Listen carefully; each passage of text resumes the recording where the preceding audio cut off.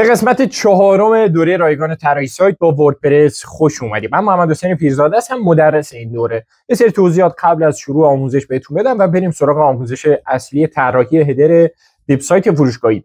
همونطور که میدونید دوره آموزشی پروژه محور هست و تنها خواهشی که ازتون دارم اینه که آموزش هایی که میبینید حتما برین طراحی بکنید. هر کاریش هست نیازه که یعنی شما انجام بدین.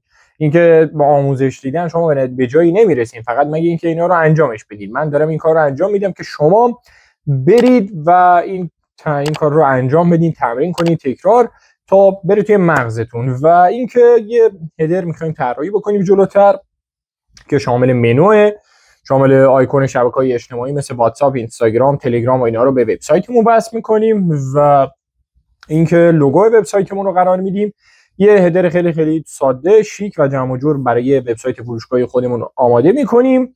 و چیزی که میخوام بهتون بگم، اگر دوست دارید طراح سایت حرفه‌ای بشین، میتونید یه لینک مشاوره گذاشتم توی دیسکریپشن، روش بزنید، برید اونجا ثبت نام خودتون رو انجام بدین و یه وقت مشاوره رزرو بکنید. اونجا کاملا رایگان هم هستش، خودم باهاتون تماس میگیرم، تکنیک‌ها و هر سوالی داشته باشین واسهتون رفعش میکنم. حتما این کارو انجام بدین. پیج اینستاگرام و چنل یوتیوب منم هم یادتون نره دنبال بکنید. پیج اینستاگرام به خاطر که استوریایی که میذارم و دوره‌های رایگانی که قراره واسهتون بذارم اونجا میگم، و چنل یوتیوب هم برای آموزش‌های خفن طراحی سایت. برای ورود به پنل پیشخوان وردپرس شما دامنتون رو سرچ میکنید، حالا چه روی هاست چه روی لوکال هاست.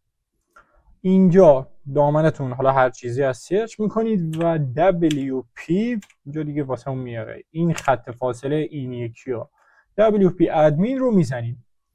خب قطعا این دیگه روی مرورگر شما سیو میشه و این هست کلا. حالا چه این بزنیم ما، چه این که میبینیم این از این، چه این، چه این روی پیشخوان وردپرس بزنیم، وارد اینجا میشه. الان ما میخوایم بریم هدر وبسایت رو طراحی کنیم. ببین طراحی کردن، من اینو سرچ بکنم بیارم ببینید شما. ببین طراحی کردن مرحله به مرحله باید پیش بری، نه اینکه الان بری بپری نمیدونم قسمت آخر اینجوری طراحی کنی و بری جلو. خب هدر اند فوتر باید مرحله به مرحله پیش بری. اول هدر، بعد خود مثلا سایت، بعد حالا هر چیز دیگه. خب ببین عکسی هم نیست که حالا من اینجا مثلا بخوام نشونتون بدم. بذار این مستقل شو رو بیارم. ببین اول ما باید اینو مثلا اینم ویدیوه. ببین هدر میشه این چیزی که بالا قرار داره، فوتر میشه چیزی که پایین. ما به ترتیب باید انجام بدیم. اول هدر، بعد ساختار وسطی وبسایت یا کانتنت وبسایتمون، بعد دیگه میام سراغ فوتر. این از این. اگرم بخوام اینجا بهتون نشون بدم، این بهش میگن هدر، این میشه ساختار یا کانتنت وبسایت ما، کلا این چیزا پادکست ها، و اینم میشه فوتر وبسایت ما. این از این. خب ما میخوایم بریم یه هدر طراحی بکنیم الان. بعد از این اول کاری که ما باید انجام بدیم توی همه برگه ها، اینجا ما یک وبسایت برگه، افزودن برگه رو میزنیم. ببین اینجا ما میتونیم برگه اضافه کنیم. شما حالا میتونید روی برگه اینجا کلیک بکنید و افزودن برگه رو از همینجا بزنید. اسمش رو میذاریم چی؟ خانه یا نمیدونم صفحه اصلی، هر چیزی. روی انتشار کلیک میکنیم. این الان اوکی شد. خب ما باید تعیین بکنیم که آقا ما شاید 20 تا صفحه داشته باشیم توی وبسایتمون، کدوم صفحه اصلی سایتمونه. ما الان اینو ساختیم و میایم توی قسمت تنظیمات، نوشتن بود اگه اشتباه نکنم، توی خواندن، روی یک برگه یکتا کلیک میکنیم و صفحه نخستمون رو میذاریم خانه که این بشه صفحه اصلی وبسایتمون. ذخیره تغییرات رو میزنیم. الان اوکی شد و میریم توی برگه ها، همه برگه ها رو میزنیم. اینجا اینجا روی خانه ویرایش با المنتور رو میزنیم. حالا ببینم این المنتوری که من اینجا گذاشتم فعال شده، یعنی المان هاش اوکیه یا نه.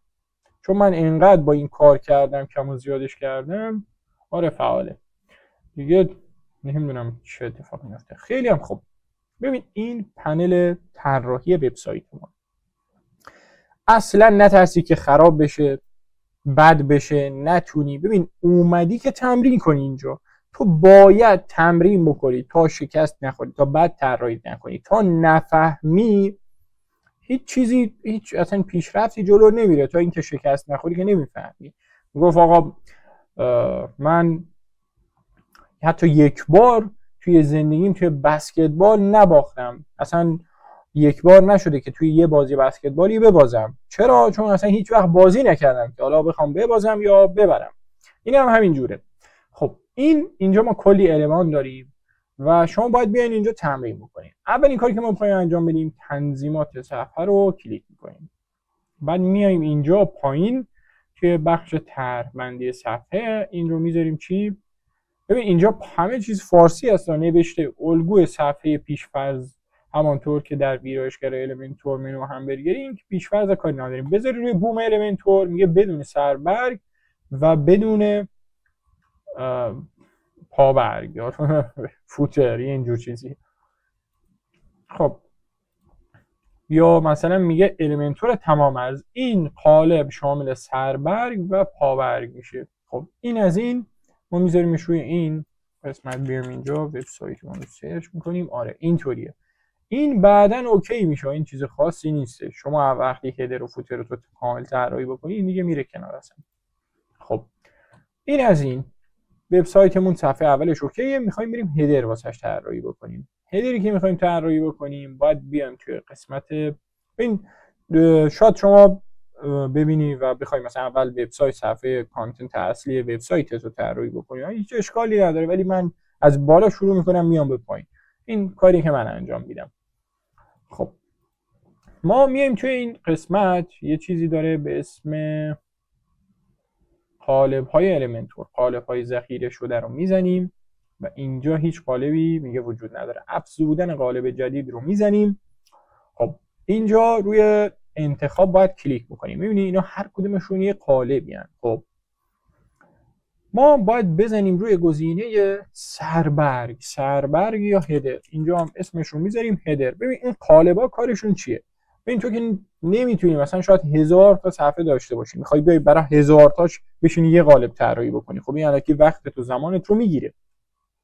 این قالب‌ها کارش چیه؟ کارش اینه که آقا یک بار شما اینا رو طراحی میکنی و هر جای وبسایتت خاصی دوست داشتی ازش استفاده میکنی. خیلی خیلی راحت. این از این. میگه این چیزا رو ما کاری بهش نداریم، اینا رو هم میبندیمش. خیلی هم خوب. اولین آره اینا میذاریم فهمیدم. خب ما اینجا روی این به اضافه که کلیک بکنیم، به اضافه کلیک کنیم، میگه شبکه‌ای باشه چیدمانمون یا فلکس باکس. شبکه قدیمی به دردمون نمیخوره، از فلکس باکس استفاده میکنیم. روش که کلیک بکنی میگه آقا جهت ستون این یه دونه‌ایه، اینم یه دونه‌ایه، جهتاشون با هم فرق میکنه، افقی و عمودی هم. مثلا این دوتاییه، این دوتاییه، اینطوریه، این 4 تاییه، 3 تاییه.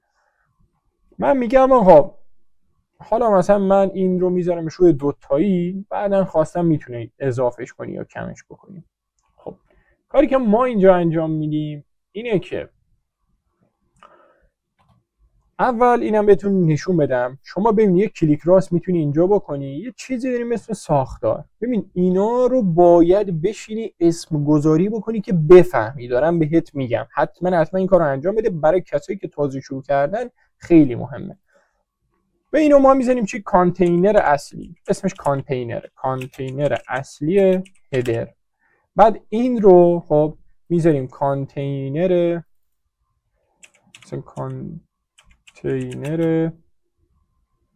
سمت مثلا راست. این رو میذاریم کانتینر سمت چپ. اینا رو میذاری که بفهمی. مثلا من میام اینو الان خاموش بکنم، میبینی این دیگه نیستش. این خیلی به دردتون میخوره. از همین استفاده بکنید. حتما هر المانی اضافه بکنی تو این ساختار نشون داده میشه. ببین مثلا اینجا خب من میام روی این به اضافه کلیک میکنم و مثلا اینجا آقا یه سربرگ رو میندازم داخلش. بعد اگه این همین ساختار رو باز اضافه بکنیم این پاک نمیشه، برای هر برگه فرق میکنه. میبینی اینجا سربرگ وجود داره. من میام اینجا مثلا میتونم متنش رو تغییر بدم، مثلا بنویسم راجب سایت، هر چیزی اینا رو بنویسین که خودتون بفهمین، نه اینکه همینجوری الکی بذاری بره بعدن هم نفهمی گیج بشی. برای اول کار به دردت میخوره. خب این از این. من روی حذف کلیک میکنم و الان من با المان آیکون شبکه‌های اجتماعی میخوام شروع بکنم. آیکون، ببین اینجا تمام المان ها هست، شما میتونید متن، ویدیو، دکمه، هر چیزی که دلت خواست رو اضافه بکنی. اینجوری برسون بگیری اینو بندازی اینجا بری ببینید چیه. این کار رو حتما انجام بدین تا بفهمید خودتون. خب کاری که من میخوام انجام بدم، یکی دیگه هم به این اضافه کنم. ببین روی این کلیک میکنم، میزنم چی؟ تکثیر. ببینید اینجا الان روی ساختار کلیک بکنم، میبینی نوشته کانتینر سمت راست، کانتینر سمت راست. اینو مثلا میکنیمش کانتینر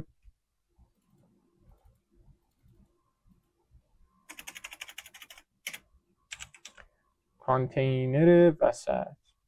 این از این که اینو بفهمید. بعد میایم با آیکون شبکه‌های اجتماعی شروع میکنیم. آیکون شبکه‌های اجتماعی. ببین قبل از این که اصلا طراحی هم شروع بکنیم، من یه سایت هم بهتون معرفی کنم، کالر پیکر. نه ببخشید، کالر هانت. اول که شما یه رنگ سازمانی دارین، قطعا اگرم نداشته باشین از این وبسایت کالر هانت میتونید بیاین استفاده بکنید. مثلا میخوای تم سایت من مثلا تو این قسمت میخوام رد، قرمز باشه، نمیدونم مثلا بلو باشه و مثلا سفید باشه. آره این مثلا میشه پالت رنگی من از این 4 تا میخوام مثلا استفاده بکنم. خب این از این. من چون حالا دیگه دارم آموزش میدم خیلی چیزی نیستش، ولی شما خب قطعا دیگه پالت رنگی دارین، اگرم ندارین میتونید از اینجا استفاده بکنید. تو این قسمت آیکون شبکه‌های اجتماعی روی افزودن آیتم من میزنم، یکی دیگه هم اضافه میکنم و اینجا فیسبوک رو قرار میدم. فیسبوک رو قرار دادم، من میتونم اینجا رو این گزینه بزنم، آیکونش رو تغییر بدم، کتابخانه آیکون میتونم، آیکون اختصاصی خودم هم روی اینجا میتونم، یعنی آپلود فایل SVG بزنم، میتونم اضافه بکنم. کتابخانه آیکون رو میزنم، جا سرچ میکنم چی؟ اینستاگرام. آیکون اینستاگرامم رو میذارم. بعد از آیکون اینستاگرام، آیکون توییتر مثلا به دردم نمیخوره، میام میذارم آیکون چی؟ یوتیوبم. بعد مثلا آیکون چی؟ تلگرامم. اینا رو هر چیزی که دلتون خواست شما مینویسی، اوکی میکنین. بعد از اینم آیکون مثلا واتساپ. خب این از این کاری که ما الان انجام دادیم، آیکون ها رو اضافه کردیم. بعد توی این قسمت یه چیزی داریم به اسم پیوند یا لینک. خب شما میتونی اینو لینک بکنی، مثلا لینک اینستاگرامت، پیج اینستاگرامت اینه https خب instagram.com/ مثلا محمد حسین پیرزاده. اینا رو توی خود مثلا پیج اینستاگرامتون هست یا مثلا یوتیوبتون هست، تلگرامتون هست، میتونید برید بردارین، اینا لینک میکنید. ببین اگه طرف الان بیاد مثلا روی این اینستاگرام بزنه، ببین پایین حالا این آیکون چیزه، یعنی عکس خودم هست این پایین که داری میبینی شما، بزنه روی اینستاگرام مستقیم میره به اینستاگرام. خب این خاصیت لینک کردن رو یعنی داره. این از این. و برای یوتیوب هم همینطور، بعد این هم همینطور، تلگرام و اینا هم اوکیه. بعد شکلش ما چطوری میتونیم بذاریم؟ مربعی میتونیم بذاریم، گرد میتونیم و دایره‌ای هم میتونیم. ببینید اینطوری میشه. ستونش چی؟ مثلا میگیم آقا توی هر یه ستون خب مثلا 2 تا باشه. ببینید اینا رو میشه تغییر بدیم. من میگم خودکار. بعد چیدمانش تو میتونی راست بذاری، چپ بذاری، وسط چین باشه. من میذارم روی وسط. میبینی اینا داره تغییر میکنه. اینجا توی تب استایل رنگ رسمی، رنگ خودشونه. من رنگ رسمی که نمیخوام، رنگ سفارشی رو میزنم، اون رنگی که خودم دلم بخواد میزنم. رنگ اولیه میبینی همش میشه قرمز. خب من میام اینجا ببین، اینم بهت بگم قبل از اینجا اصلا این میبینی این یه کد رنگه. خب هر رنگی یه کدی داره. اینا کدای رنگی بهشون میگن. تو مثلا میبینی تغییر میکنه. اینم خودش این کدای رنگی اوکی کرده. حالا کاری که من میخوام انجام بدم اینه که از این کد رنگی یا از این پالت رنگی استفاده بکنم. بیام این رو بردارم بزنی روش، کپی میشه. این رو اینجا قرار بدم. آره این میشه مثلا میشه قرمز.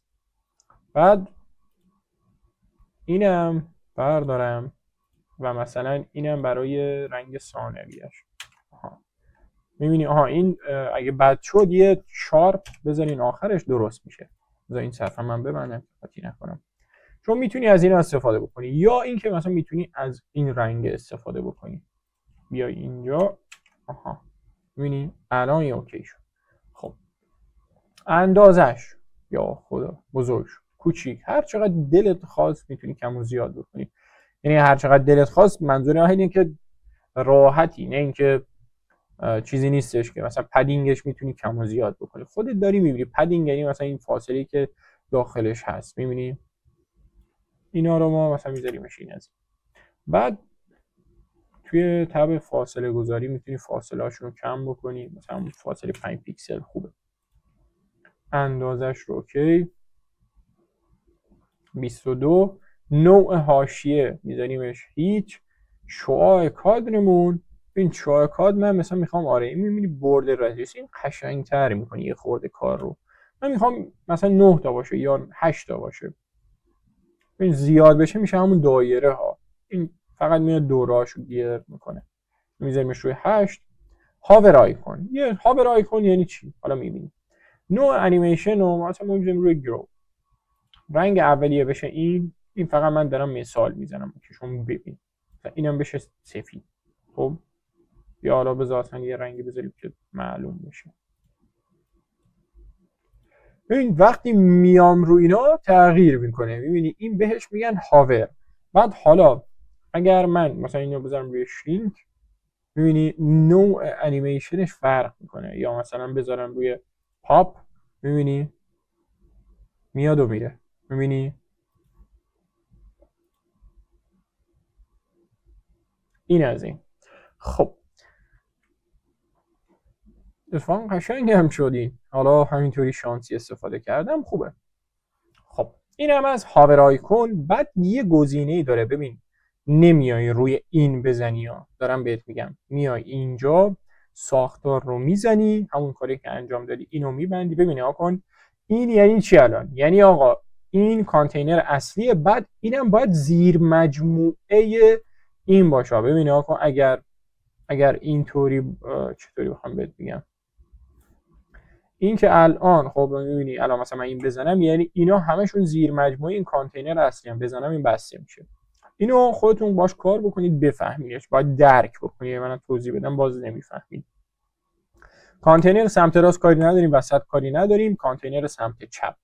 یا میتونی روی این بزنی یا بیای روی خودش. ببین روی این ویرایش کانتینر اینجا کلیک بکنی و این قسمت این رو بذاری روی فاصلهش رو میتونی کم و زیاد بکنی و روی جهتیابی ما کار داریم. این بزنیم میشه ردیف افقی و ستون عمودی. ما با اینا کاری نداریم، با این کار داریم. میتونی بذاری روی وسط و این رو هم بذاری روی وسط که محتوای ما وسط این کانتینر قرار بگیره.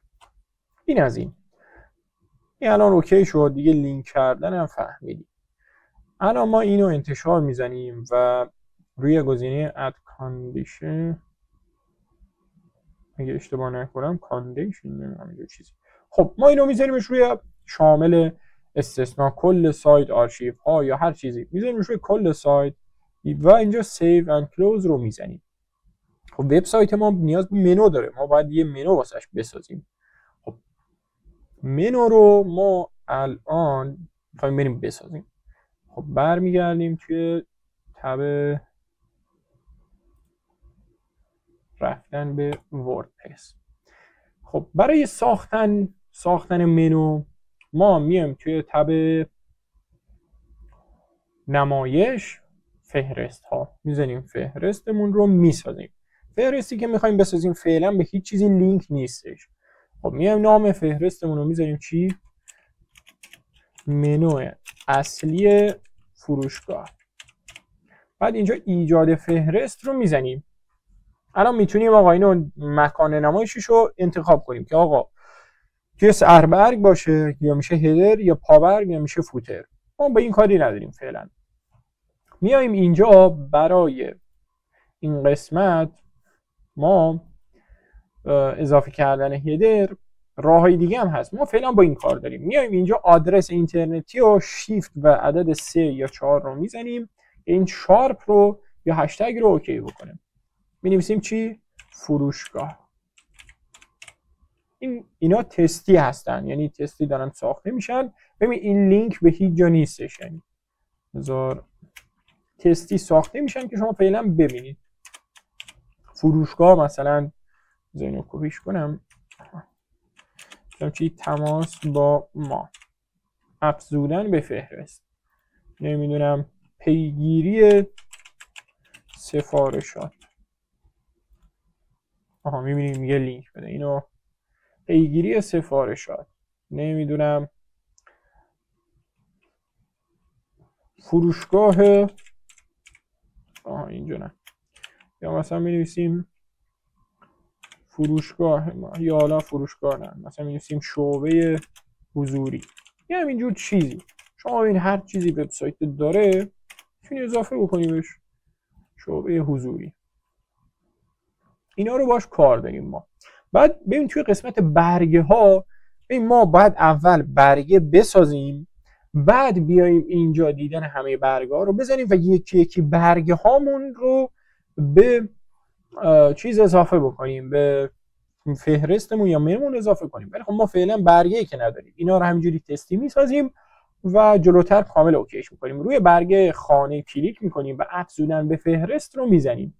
ما اینو میذاریم اینجا و مثلا حالا اینکه اینم نشونتون بدم، شعبه حضوری رو مثلا من یکم میکشم جلو که مثلا زیر مجموعه، حالا بذار اینو تماس با ما، این از این شعبه حضوری رو من میارم جاشو عوض میکنم. ببین این اگه بکشیش جلو یه پله میاد زیر فروشگاه، یعنی زیرگزینه حساب میشه. حالا میفهمید چطوره. ذخیره فهرست رو هم میزنم، یعنی فهرست ما ذخیره شد به غیر از صفحه خانه ما. خب بقیهش جای لینک نشده، بعدا میتونیم بیایم جای لینک رو تغییر بدیم، چیزی نیستش. توی قسمت قالب های ذخیره شده، اینو میگه ذخیره فهرست بزن، قالب های ذخیره شده رو میزنیم و میریم توی همه گزینه‌ها، اینجا روی همه کلیک میکنیم و هدر رو میزنیم ویرایش با المنتور. این ویرایش با المنتور اوکی شد، وارد شدیم. الان میگه فهرست وردپرس، خودش اینجا توی تبع هدر میام میبینی المانش رو میگیری میندازی. بعد اصلا توی این قسمت به اضافه هم باز هسته، شما میتونی بگیری به کی بندازی. بیا آقا اینو تو میتونی کم و زیادش بکنی. خب من نظرم هست که 25% بزنم برای لوگو. میبینی اینجا خودش داره مینویسه. اول یا یه کار دیگه هم میتونی بکنی، بیا مثلا ابعاد اینا رو اول تغییر بدی، بعد که تغییر دادی حتما اول باید تغییرش بدی. این باگ وردپرسه، اول تغییرش بدی بعد بیای بزنی ویرایش کانتینر، اینجا ارزاشون رو تغییر بدی. حتما اول تاکید میکنم، اول اینو یه بار دو بار این دوتا رو بگیر بکش، یعنی اینطوری بگی بکش، دو برش سه برش هر چند تا کانتینر بود بگیر بکش که این باگ اوکی بشه. بعد اینو میذاری روی 25%. اینجا هم هست، شما به پیکسل میتونی، به درصد، به اینا میتونی بذاریش روی 25%. این رو هم بذار روی 50% و این رو هم بذار روی چی؟ 25%. الان اوکی شد. خب اینو که ما برای لوگومون گذاشتیم، لوگو هر فروشگاهی. کاری که میخوایم الان انجام بدیم اینه که این میبینیم منو ما اومده. این هم دقیقا همونی بود که گفتم زیر مجموعهش یا زیر گزینه‌اش حساب میشه هست. خب ما روی این المان کلیک میکنیم، میگه منومون. اسم منو، ببین شاید ما 50 تا منو داشته باشیم، از این قسمت میتونیم منو رو انتخاب بکنیم، منو اصلی فروشگاه. طرحبندی عمودی میتونیم باشه، میبینی لیست کرکری میتونه باشه، میبینی بزنی روش باز شه، و افقی هم میتونی باشه. خب ما به افقی نیاز داریم. بعد این از این چیدمانش میگیم وسط چین باشه. بعد اشارهگری که وجود داره، این اشارهگر، این سبزه که میاد ببینی زیر خط دار، چون میتونی بیای مثلا پس زمینه، میبینی پس زمینش سبز میشه، یا مثلا رو خط دار، میبینی این بهش میگن اشارهگر، روی اون گزینه میاد. یا مثلا خط دوبل، 2 تا خط الان میاد، میبینی. خب ما با اینا کاری نداریم. انیمیشنش هم از اینجا، یعنی انیمیشن این خط دوبله رو میتونی از اینجا انتخاب کنی. ما اینو میذاریم روی هیچ، به درد ما نمیخوره فعلا. خب این از این، با اینا کاری نداریم دیگه فعلا. و میایم توی تب استایل. اومدیم توی تب استایل، اولین چیزی که ما میتونیم اوکی بکنیم تایپوگرافیه. تایپوگرافی یعنی چی؟ یعنی که آقا شما میتونی متنت رو، میگم فونت، به چیز اضافه بکنی، فونتت، و کلا راجع به متنات و اینا تغییراتی انجام بدی. ما فونتی که داریم به صورت پیش‌فرض فونت وزیر متن روی افزونه‌هایی که نصب کردیم هست. فعلا با همین میریم جلو. توی مباحث پیشرفته یاد میگیریم که چطوری فونت به وبسایتتون اضافه کنید، فونت‌های اختصاصی. اعداد فارسی. اعداد فارسی اگر اینجا، یعنی هر متنی، ببین اینجا بذار ما یه سربرگ الکی بگیریم بکشیم بنوزیم اینجا 2-3 تا عدد بذاریم. بیام اینجا توی تب استایل، بریم روی تایپوگرافی کلیک میکنم. اینجا مثلا من میذارم روی وزیر متن، اینجا اعداد فارسی به من نشون داده میشه. این قابلیت فونتت باید باشه. خب اگر فونتت این قابلیت رو نداشته باشه، این نشون داده نمیشه. یا هم این که هر فونتی، حالا اینو بگم باز توی مباحث پیشرفته میخونیم، وزیر، حالا بذار ببینم چیزی، فونتی هم نداریم. حالا اگر گزینه F A آخر هر فونتی بود، معمولا فونت های فارسی، یعنی اینکه خودش به صورت پیشفرض تمام اعداد فارسی رو فارسی میکنه، انگلیسی نشون داده نمیشه. اینم از این. خب میام اینجا، ما توی تایپوگرافی هاور و فعال، این سه تا رو کامل باش کار داریم و بهتون یاد میدم. رنگ متنمون قرمز. خب ما نمیتونیم هر چیزی دیدیم که بزنیم، باید رنگ متنمون رو طبق پالت رنگیمون بریم. اینم کپی میکنیم، میایم اینجا، این میبینین شد رنگ آبی. بعد جدا کننده بذاری، میبینی اتفاق میافته. خب یک بارچه، 2 برابر، نقطه‌ای، میبینی همین اینا هست، خطچین. ما این کاری نداریم، فقط اینا رو دارم میگم که ببینید. شما پدینگ افقی میشه پدینگ فاصله بذاری بینش، اینا ما پاکش میکنیم که برگرده به حالت پیش‌فرض خودش. پدینگ عمودی که ما اینم کاری نداریم فعلا. خب لیست کرکری،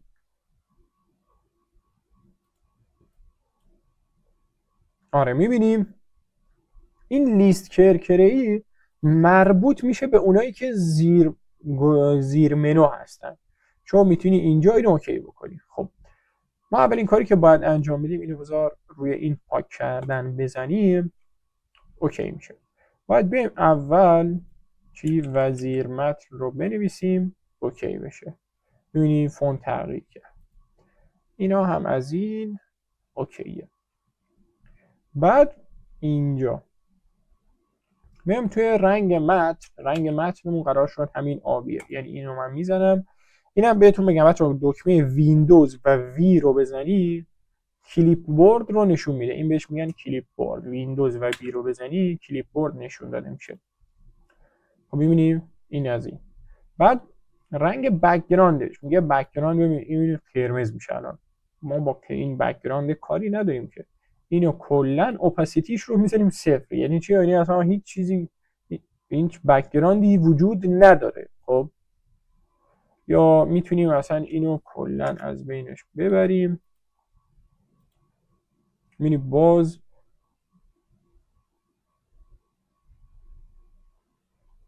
حالا میتونیم یه کار دیگه هم باز بکنیم. بیایم اینجا این کد رنگی رو من کپی بکنم و بک‌گراندش رو اینطوری، می‌بینی بک‌گراندش یکم تغییر کرد. این هم که میایم روش یعنی هاور رو هم حالا ما درستش می‌کنیم. نوع حاشیه میذاریم چی؟ یک پارچه نه میذاریمش روی هیچ، فعلا کاری نداریم باش. شعاع کادر یکم دورش رو گرد می‌کنیم که این درست بشه، می‌بینی قشنگ بشه. خب الان می‌خوایم یکم هم فاصله بهش بدیم. فاصله پدید و افقی رو زیاد می‌کنیم. می‌بینی پدینگ داره قرار میگیره. پدینگ عمودی می‌بینی، پدینگ عمودی افقی بذار من اوکی بکنم. آره می‌بینی این بزرگ میشه. ما با اینا اصلا کاری نداریم. میام توی تب حاشیه، فاصله که قراره، می‌بینی هر چقدر اینو زیادتر بکنیم فاصلهش زیادتر میشه. الان اومد روش. ما می‌ذاریمش مثلا 8 به نظرم خوب باشه. آره نه حالا 5 هم بد نیست. اینا رو دیگه خودتون اینجا میتونید تنظیم بکنید. 3 آره 3 بهتره. بعد میام توی تب اینجا تا الان اوکی شد. میام توی تب هاور. این هاور رنگ بک‌گراند رو داره بد میکنه. ما باید این رو تغییرش بدیم. این رو هم رنگ بک‌گراندش رو من میخوام بذارم، یعنی هاوری در واقع اتفاق نیفته، کسی چیزی نبینه. این رو همون کد رنگی که توی حالت عادی بهش دادم توی هاور هم بهش میدم. ببین هاور فعال هست، ولی چون دوتای کد رنگی یکی هست هیچ چیزی تغییر نمیکنه، نشون داده نمیشه. این از این الان اوکی شد و منو وبسایت ما خیلی خیلی خوب و شیک اوکیه. دیگه میریم بقیه‌اش توی مباحث پیشرفته یاد میگیم. در همین حد کفایت میکنه. فقط هاورش رو من اوکی بکنم، هاور اصلی خودش توی فهرست اصلی، نه لیست گیرکری. توی هاور ببینید این رنگش سبزه تا ما میایم روش. ما میایم مثلا اینو یکم کم رنگ ترش میکنیم. ببینید وقتی میایم روش حالا این معلوم نمیشه متاسفانه.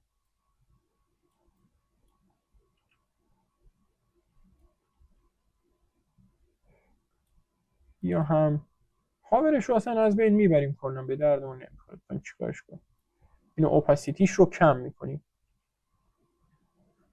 ببینید نشون داده نمیشه دیگه. هاور رو میذاریمش روی همون رنگ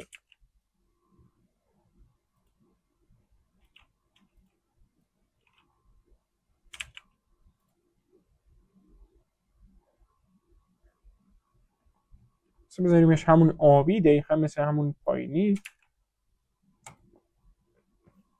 ببین الان هاور فعال هست، نه اینکه هاور فعال نیست. به خاطر اینکه دوتای رنگ متن یکیان هیچ اتفاقی نمیافته. این هم از این. بعد دقیقا کاری که توی این گزینه کردیم، یعنی اومدیم روی این ویرایش کانتینر زدیم، روی ساختار زدیم. این کانتینر این که خالیه کلا هیچ. اومدیم روی کانتینر توی چند دقیقه پیش روی کانتینر سمت چپ زدیم و این رو گذاشتیم وسط که تمام المان‌های ما وسط قرار بگیره. این هم دقیقاً همین کار می‌کنیم. این کانتینر وسط یا این گزینه رو می‌ذاریم و می‌ذاریم چی وسط. ببینید الان اومد همه چیز وسط قرار گرفته. و اینجا ما الان میایم چی عکس رو یا تصویر یا لوگو سایت میتونیم اضافه بکنیم. من خودم به شخصه میام تصویر رو اوکی میکنم، میندازم اینجا. حالا با المان تصویر جلوتر کامل بهتون یاد میدم. یه المان تصویر همینطوری بذار اینجا می‌نویسیم 3D آیکون.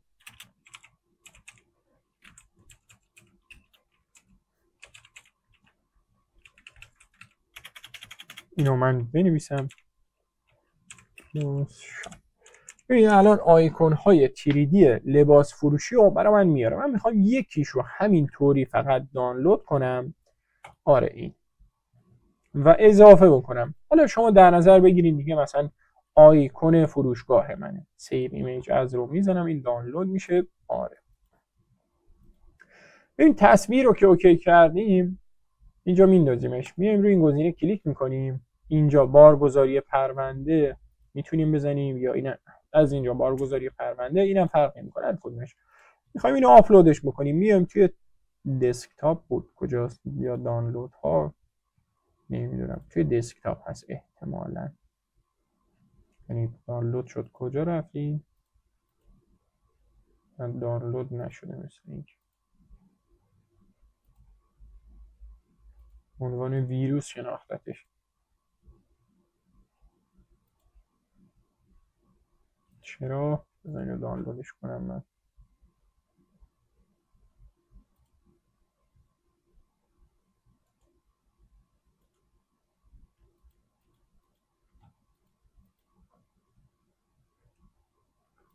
بذار حالا یکی دیگر دانلود کنیم. اینم باز داره اذیت میده. حالا دیگه برای تایم ویدیو بالا نره من یه عکس همینطوری اضافه میکنم، بعدا تغییرش میدم. مثلا چه عکسی رو اضافه کنیم؟ این عکس رو من همینطوری الکی اضافه میکنم. شما حالا فکر کنید دیگه لوگو وبسایت ما. اینو ما اضافه کردیم به عنوان لوگو سایتمون. اینم فعلا بهش کاری نداریم، ایمیج اپتیمایزر. و توی تب استایل اینو میذاریم وسط. ارزش رو هم یکم مثلا میتونیم کم بکنیم یا نه 100% خوبه. شفافیتش رو میتونیم کم و زیاد بکنیم، چقدر نشون بده، اوپاسیتی در واقع، ارتفاعش رو، همه اینا. مثلا دیگه کاری به این مسائل خیلی نداریم. میگم فقط شعاع کادر رو یکم یعنی گردش میکنیم 12 پیکسل اوکی. و این از این. الان هدر وبسایت فروشگاهی ما تو این پارت کامل آماده شد. تا اینجا یاد گرفتی یه هدر خیلی خیلی جذاب و شیک طراحی بکنی برای فروشگاه اینترنتی و کلا هر هدری رو که بخوای طراحی بکنی اینطوریه توی وردپرس. اگر سوالی چیزی داشتین میتونید تو کامنت ها بهم بگین و اگر آموزشی درخواستی داشتین این رو هم حتما بهم بگین تا واسهتون رکورد بکنم، واسهتون قرار بدم تو یوتیوب. و این هم قسمت 5 دوره رایگان طراحی سایت با وردپرس. حتما بزن روش، ویدیویی که داری میبینی بزن روش، برو ببین تا قدم به قدم و پله پله با هم پیش بریم و شما رو تبدیل بکنم به یه طراح سایت حرفه‌ای. نظرت هم راجع به آموزش ها واسه هم کامنت کن.